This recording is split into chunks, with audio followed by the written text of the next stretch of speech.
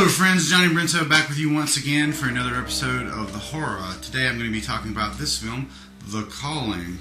Pretty cool box on there. Pretty cool box, and it actually was appealing to me, and that's why I bought it. But I have to say the box art does not do this film justice. The box art to me, it's catchy, but it's somewhat generic. It gives you an impression of something to do with an evil child and a mother. The tagline, "They kill to serve Satan's child." This is basically the story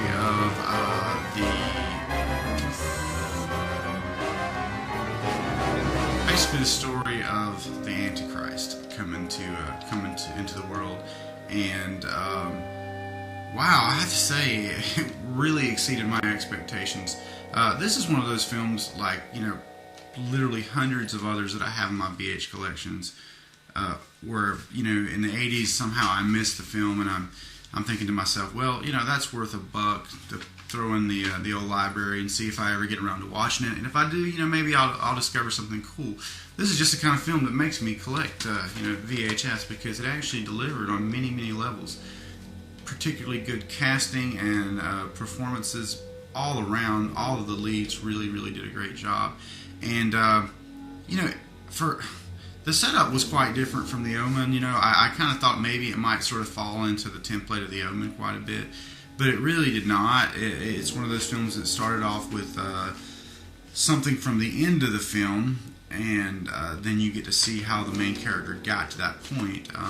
Basically, a young woman is wooed and has this whirlwind romance with this European fellow, and they end up moving to this island where he's from, and they get married in a fever. And the very first night they're married, as far as she knows, they consecrate their marriage, and she becomes pregnant right away. And then from there, pretty much things descend into the Twilight Zone, more or less.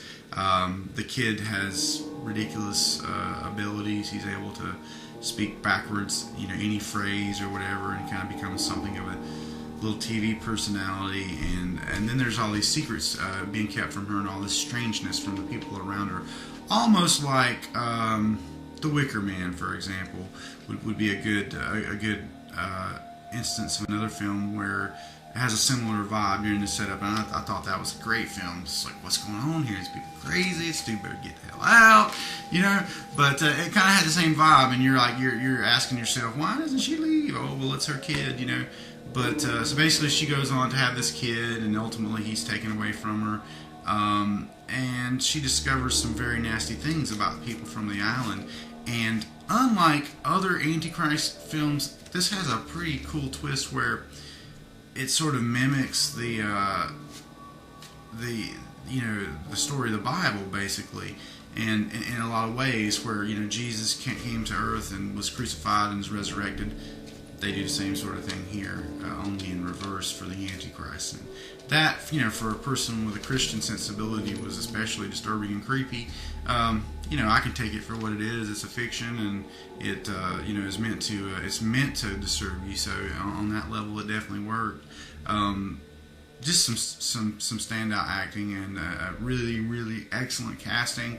Good story. I don't want to totally spoil it for you if I haven't already. Hopefully I haven't. I would say that, wow, something's going on. I would say that this is a good film, and I definitely rank it very highly among my VHS library. I recommend it to you. Check it out. You can get it on Netflix, Blockbuster.com, or maybe you can just find a copy in the local movie gallery that's going out of business, or the mom and pop flea market, whatever. Worth having. I paid $1 for this. Money well spent, my friends. Hope you enjoy it, and talk to you soon. Thanks for watching.